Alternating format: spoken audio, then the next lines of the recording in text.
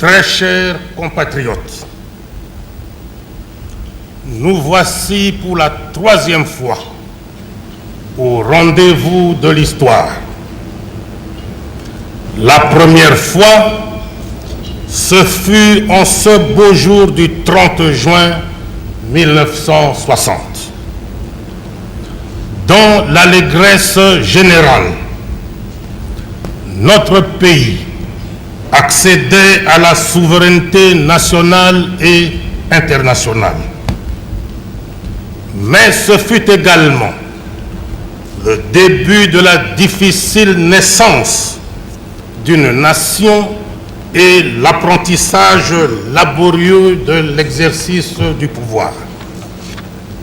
La seconde fois, le 24 novembre 1965, l'anarchie s'installait partout dans le pays. Lentement mais sûrement, les luttes fratricides accablaient notre peuple. Devant le chaos et la division qui menaçaient d'éclatement les fondements même de l'État, une poignée de vaillants fils du pays, dans un élan de sursaut patriotique, décidèrent d'infléchir le cours de l'histoire de notre pays. Aujourd'hui, 24 avril 1990, enfin, à la veille du 30e anniversaire de l'accession du Zaïre à la souveraineté nationale, après une présence de près de 25 ans à la tête du pays, et face aux grandes mutations qui tourmentent le monde en ce 20e siècle finissant, j'ai pensé qu'il était temps de recueillir les avis du peuple zaïrois afin de dégager les lignes directrices susceptibles d'orienter nos choix politiques. Ainsi, le 14 janvier 1990, à l'occasion de l'échange des vœux de Nouvel An, j'avais annoncé à mon peuple ma volonté d'organiser un large débat national sur le fonctionnement des institutions politiques de la Deuxième République. À ce sujet, j'ai sillonné toutes les régions du pays, de l'Est à l'Ouest, du Nord au Sud, empruntant tous les moyens de transport disponibles, à savoir jeep, voitures, bateaux, hélicoptères, petits porteurs et jets. Il ne manquait plus à cette liste que le train, le vélo et bien sûr la pirogue. Je me suis mis à l'écoute de la majorité silencieuse.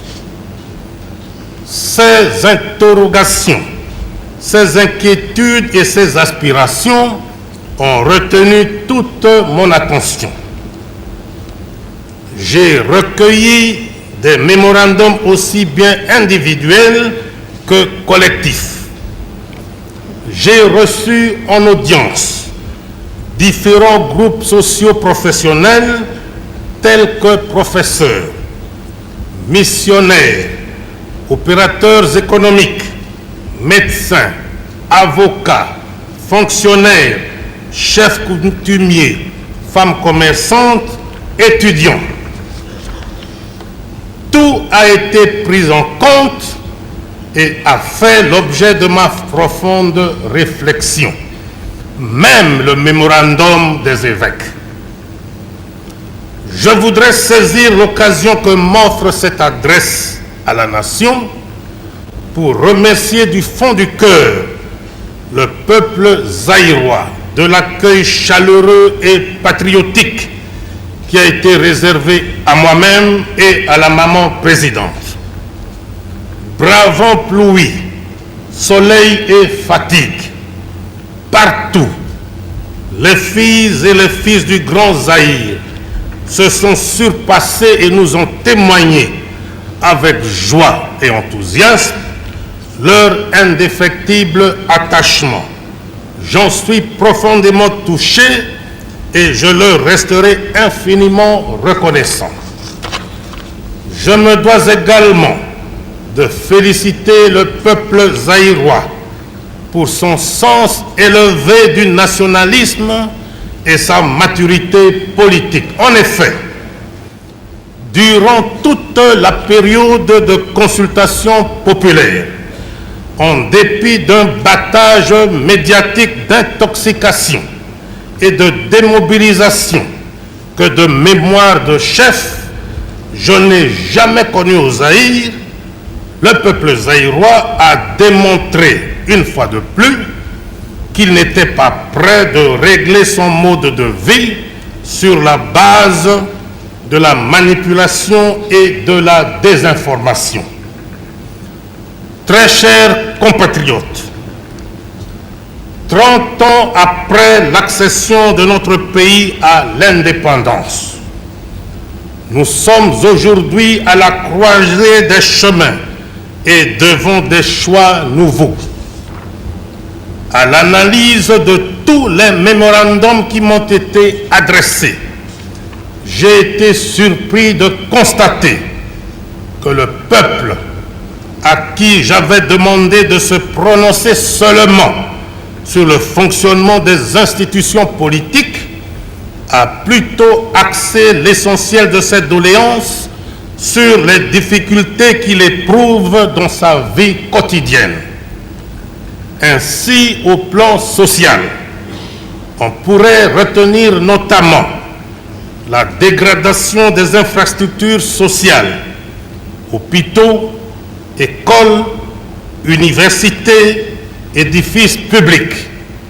À cela, il faut ajouter la vétusté des formations médicales, la carence en équipements et en médicaments, l'insuffisance du personnel médical, la surpopulation dans les salles de cours ainsi que dans les résidences universitaires et les internats, la modicité des rémunérations des agents de l'administration publique, le sous-emploi des cadres universitaires, certains abus qui se commettent par-ci, par-là.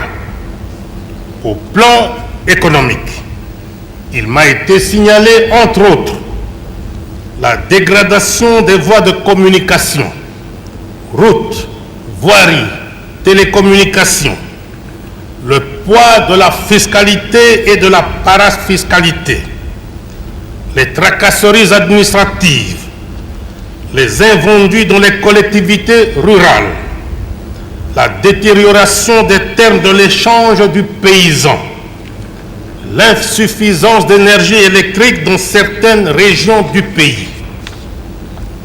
De l'examen de ces mémorandums, j'ai été heureux de constater que le peuple n'a pas remis en cause un certain nombre d'acquis.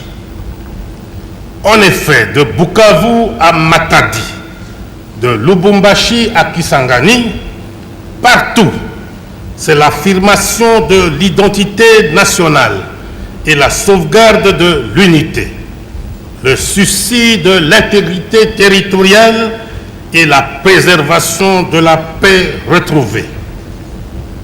Au-delà de ces acquis incontestés, le peuple exige des changements importants au niveau des cadres, des institutions ainsi que du fonctionnement de celles-ci. Très chers compatriotes, pour en revenir à la question fondamentale que j'ai posée le 14 janvier 1990 sur le fonctionnement de nos institutions politiques, en dehors de toute considération économique ou sociale, la réaction de mon peuple ne s'est pas fait attendre.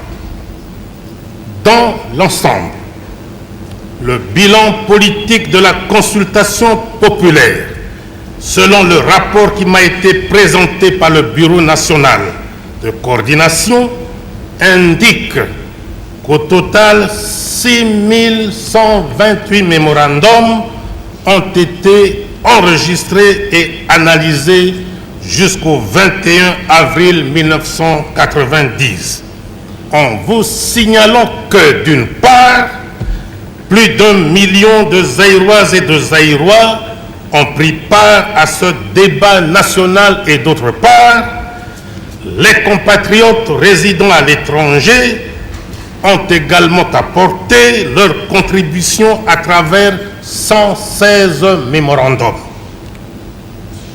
Sur les 6128 mémorandums reçus, 5310, soit 87%, ont proposé des réformes en profondeur au sein du mouvement populaire de la Révolution.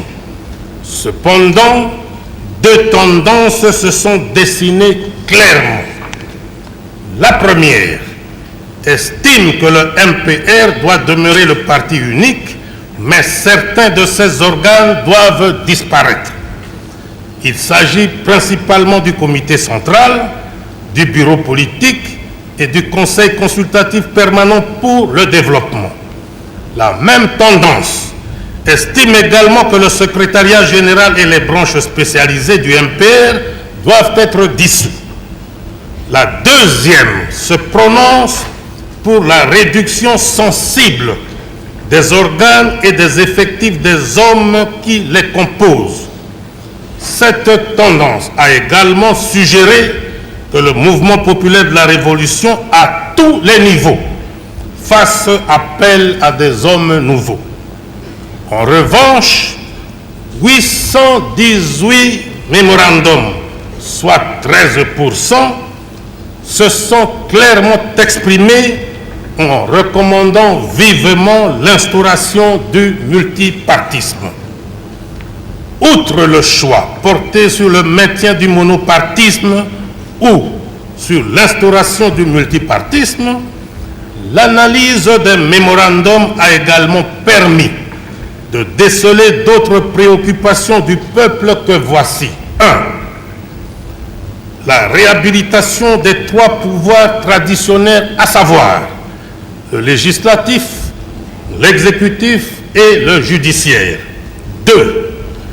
Le renforcement des pouvoirs de contrôle du Conseil législatif et de tous les organes délibérants. 3.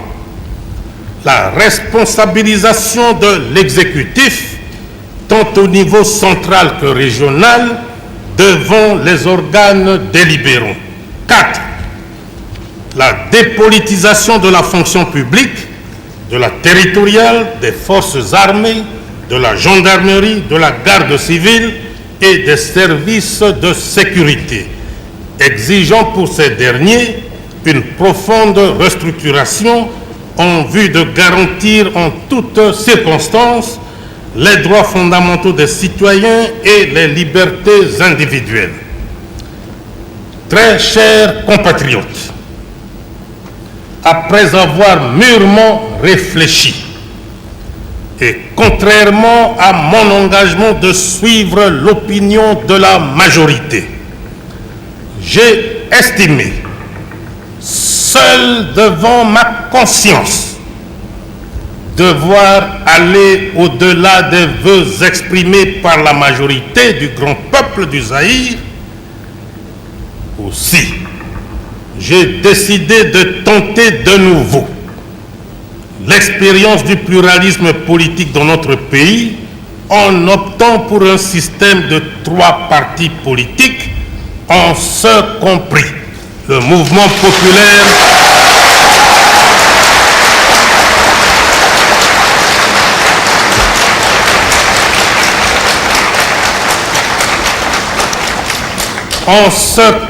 le mouvement populaire de la Révolution, avec à la base le principe de la liberté pour chaque citoyen d'adhérer à la formation politique de son choix. Je voudrais que sur ce point précis, les fils et les filles de notre grand pays qui m'ont toujours assuré de leur totale confiance et de leur entière adhésion comprennent que le Grand Zaïre, situé au cœur du continent africain, sans être à la remorque de qui que ce soit, ne doit pas non plus se contenter des positions figées ni se complaire dans l'immobilisme. Il doit être en mesure de s'adapter à toutes les circonstances et de démontrer que sa volonté de bâtir une société véritablement démocratique ne saurait d'aucune manière être mise en doute. Mais, fort de l'expérience du multipartisme de la Première République, j'estime que le changement qu'ensemble nous allons conduire dans ce domaine devra éviter les erreurs du passé. Raison pour laquelle, dans mon esprit, le multipartisme ne doit entraîner ni prolifération ni bipolarisation des formations politiques. Nous devons surtout éviter que le multipartisme ne devienne au Zaïre synonyme de multitribalisme. Le multipartisme doit être considéré comme la manifestation d'une volonté réelle de dépassement des tendances tribales, régionalistes et séparatistes. Voilà pourquoi les trois partis devront justifier d'une représentativité nationale suffisante. Si j'ai pris la résolution d'aller au-delà de la volonté exprimée par la majorité, j'ai voulu, ce faisant, favoriser l'avènement d'une nouvelle ère de confrontation des idées et de débat politique dans un cadre pluraliste. Très chers compatriotes, l'ouverture dans laquelle aujourd'hui j'engage le peuple zaïrois doit être également l'occasion de conquérir davantage les cœurs de la jeunesse de notre pays. Cette jeunesse si généreuse et si vivante doit en effet se sentir au centre de nos préoccupations. Elle ne doit pas être victime des surenchères et pour qu'elle soit une véritable force de changement, elle doit être mieux formée, moins inquiète de son avenir. J'instruirai donc le gouvernement à formuler une nouvelle politique de la jeunesse ardue et axée sur les deux pôles de la formation et de l'emploi. Très chers compatriotes, j'ai parlé des biens de choses et de tout le monde. Je n'ai pas parlé de moi. Que devient le chef dans tout cela? À cet égard, permettez-moi de relever en premier lieu une constatation.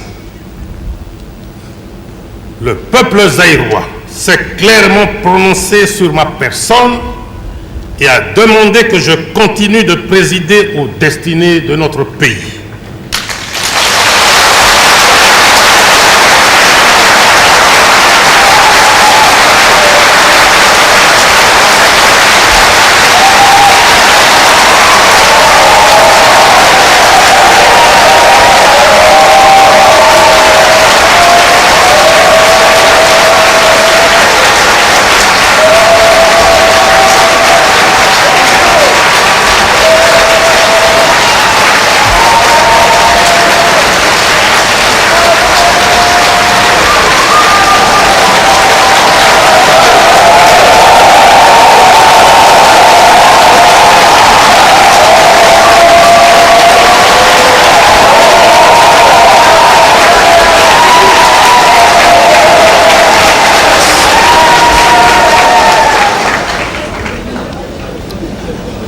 Je voudrais remercier mon peuple pour cette expression incontestable de confiance renouvelée. dans le nouveau paysage politique zaïrois. Quel sera le nouveau rôle du chef? Le chef de l'État est au-dessus des partis politiques. Il sera l'arbitre. Mieux,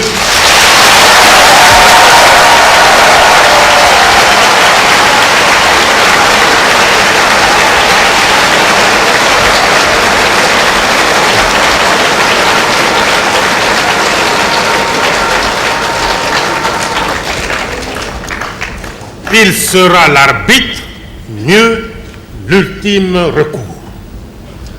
Avec la révision constitutionnelle, le chef cesse d'être le chef de l'exécutif.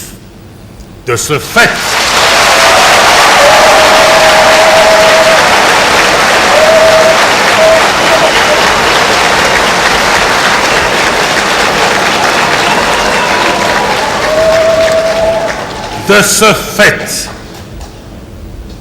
il ne pourrait être soumis ni à la critique, ni au contrôle du Conseil législatif.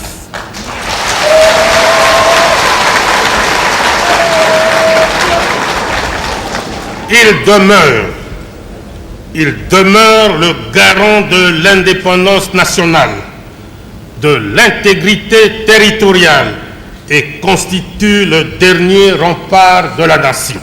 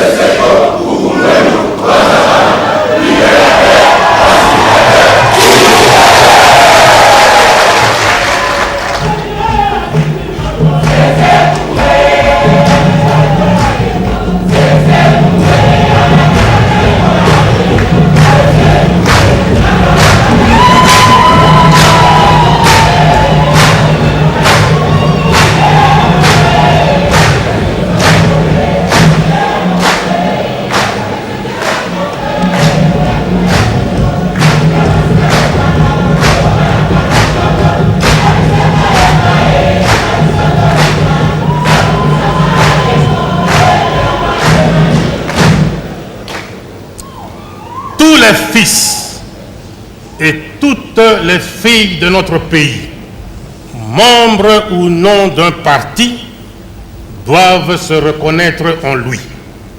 Et quoi qu'il arrive, en sa qualité de chef, se situant au-dessus de la mêlée, il s'engage à demeurer le dénominateur commun, c'est-à-dire le rassembleur, le pacificateur et l'unificateur.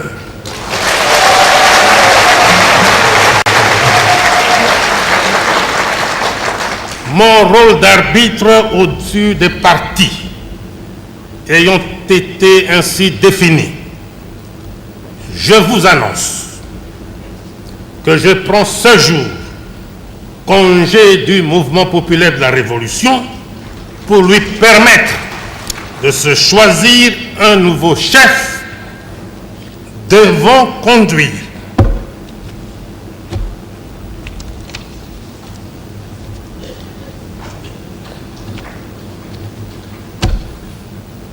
comprenez mon émotion.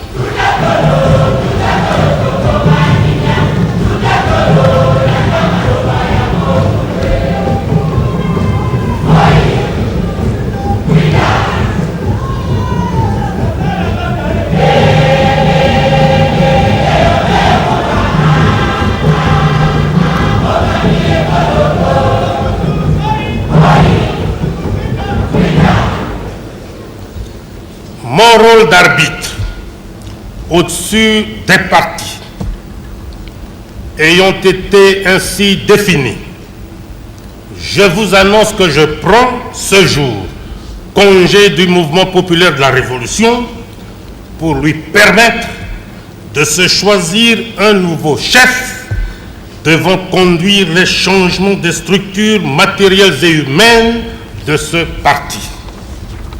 Très chers compatriotes, j'ai un dernier mot sur certains aspects qui pourraient paraître secondaires et qui concernent la démarche et les usages politiques que nous avons créés et vécus ensemble. Dans notre élan révolutionnaire, tout à fait légitime, et à un moment précis de cette révolution, nous avons été amenés à adopter dans notre langage politique et institutionnel certaines dénominations qui aujourd'hui risquent de nous mettre en porte-à-faux avec les nouvelles options que nous venons de prendre, fondées sur notre souci de plus de liberté et d'adaptation à l'universalité. C'est ainsi que vous aurez remarqué que tout au long de mon propos, je n'ai pas utilisé les termes citoyennes, citoyens, militantes, militants, me disant que peut-être certaines filles, certains fils, voire certains collaborateurs voudraient bien revenir au vocable plus universel que vous connaissez tous. Excellences, mesdames, mesdemoiselles, messieurs. À dater de ce jour, les choses étant ce qu'elles sont, c'est-à-dire telles que je les ai clairement définies, je dois vous dire que je ne me sentirai en rien gêné d'appeler le premier commissaire d'État et le commissaire d'État, premier ministre et ministre, le Conseil législatif et les commissaires du peuple, l'Assemblée nationale et les honorables députés. Dans le même contexte politique précédemment décrit, nous nous sommes imposés une tenue nationale comme il en existe dans beaucoup d'autres pays. Chez nous, elle s'appelle l'abacos. Cependant, tout en le maintenant comme tenue nationale, j'estime que dans ce domaine également, chaque Zaïrois aura à faire usage de sa liberté, usant de la mienne. Je me dois de préciser que vous ne me verrez pas en cravate. Mon choix ayant été fait en février 1972, je me sens très bien dans ma peau de nationaliste zaïrois.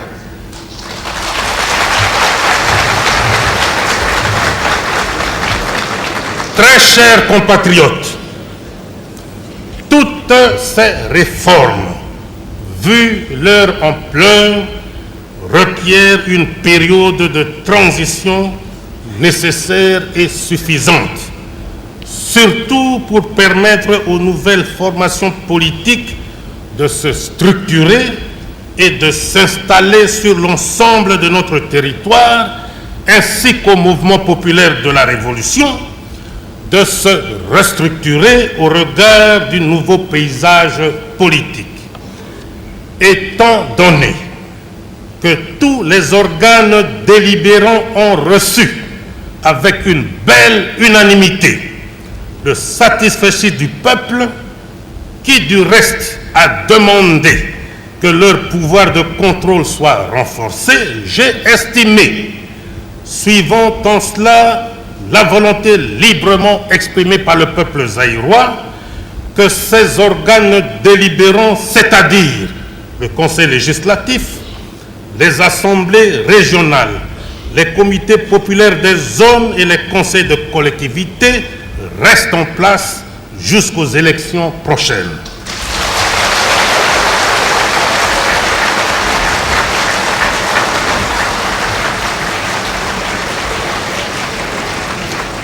En ce qui concerne l'actuelle équipe de l'exécutif, après l'énoncé de toutes ces mesures, elle est réputée démissionnaire et chargée d'expédier les affaires courantes. Dans les tout prochains jours, sera connu le nom du premier commissaire d'État ou du premier ministre, si vous voulez, avec le nouveau chef du gouvernement, des consultations seront engagées pour la constitution de l'équipe de transition qui aura principalement pour mission l'exécution d'un programme d'urgence visant à répondre aux attentes de la population dans le domaine économique et social. Quant aux partis politiques, un projet de loi fixant les conditions de leur existence, leur agrément et leur financement sera déposé incessamment sur le bureau du Conseil législatif. Pour toutes ces raisons, la période de transition ira du 24 avril 1990 au 30 avril 1991. Cette période de 12 mois sera mise à profit par les formations politiques pour faire l'apprentissage de la démocratie pluraliste et affronter l'électorat, suivant en cela un calendrier précis qui sera rendu public. La période de transition sera également mise à profit pour procéder à la révision de la Constitution qui se fera en 2 étapes.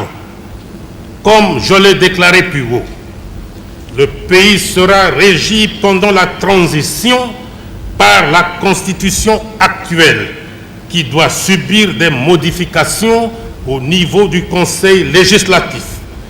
Pendant ce temps, une commission sera mise sur pied pour l'élaboration d'une constitution définitive appelée à régir la 3e République.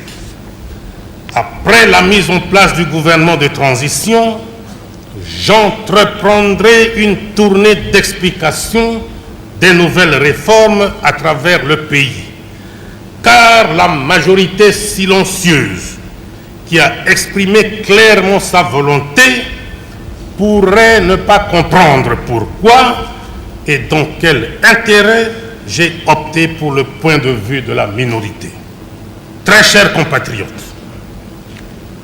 avant de terminer mon propos, je voudrais me résumer pour une bonne compréhension de tous. À dater de ce jour, mardi 24 avril 1990, tirant les enseignements de la consultation populaire à laquelle avaient pris part plus d'1 million de Zaïroises et de Zaïrois et d'où sont sortis 6128 mémorandums, j'annonce solennellement au peuple zaïrois 1. L'introduction du multipartisme à 3 au Zaïre, l'abolition de l'institutionnalisation du mouvement populaire de la Révolution avec comme conséquence la suppression de son rôle dirigeant, la séparation nette entre le parti et l'État, la réhabilitation des 3 pouvoirs traditionnels, à savoir le législatif, l'exécutif et le judiciaire, comme les seuls organes constitutionnels. La dépolitisation de la fonction publique, de la territoriale, des forces armées, de la gendarmerie, de la garde civile et des services de sécurité. L'instauration d'un pluralisme syndical. 2. La désignation d'un premier commissaire d'État. 2. La désignation d'un premier commissaire d'État ou premier ministre, si vous voulez, suivi de la formation d'un gouvernement de transition. 3. La révision de l'actuelle Constitution en vue de l'adapter à la période de transition qui s'instaure. 4. La mise sur pied d'une commission chargée d'élaborer la Constitution de la 3e République, Constitution qui sera sanctionnée par un référendum populaire. 5. L'élaboration enfin d'un projet de loi devant régir les partis politiques dans notre pays et organiser leur financement. Très chers compatriotes, ce mardi 24 avril 1990, une page nouvelle de l'histoire politique de notre pays vient de s'ouvrir et je me permets de nourrir des grandes espérances sur l'avenir de nos institutions, prémisse de tout progrès. Quelles que soient les lacunes inhérentes à toute œuvre humaine, nous devons reconnaître que grâce à l'idéal qui nous a toujours animés dès l'aube du 24 novembre 1965, nous avons la paix, l'unité nationale, l'intégrité du territoire et la fierté de nous sentir partout zaïrois. Voilà le nouveau visage du Zaïre. Voilà le Zaïre de la Troisième République qui prend naissance aujourd'hui et que nous voulons grand et prospère. Ce Zaïre, nous devons le bâtir ensemble pour relever un défi digne du troisième millénaire vers lequel va nous conduire la Troisième République. Si deux désirs font une volonté, comme le disait un grand penseur britannique, George Meredith, pour ne pas le citer, je me demande quant à moi ce que peuvent faire deux volontés unies, la vôtre et la mienne. Deux volontés qui s'inscrivent dans le cadre d'un nouveau pacte que nous signons aujourd'hui, vous et moi, pour la construction d'un nouveau Zaïre. Un nouveau Zaïre, dis-je, sûr de lui, fort du grand génie créateur de son peuple, conscient de sa place au cœur de l'Afrique, capable désormais d'affronter avec foi et sérénité, assurance et dignité les défis de l'an 2000. Un nouveau Zaïre enfin, qui fera dire aux générations futures, pensant à la journée d'aujourd'hui, vraiment, ce fut un des moments les plus beaux de l'histoire de la République. Vive le Zaïre, vive la Troisième République, vive le renouveau. Je vous remercie.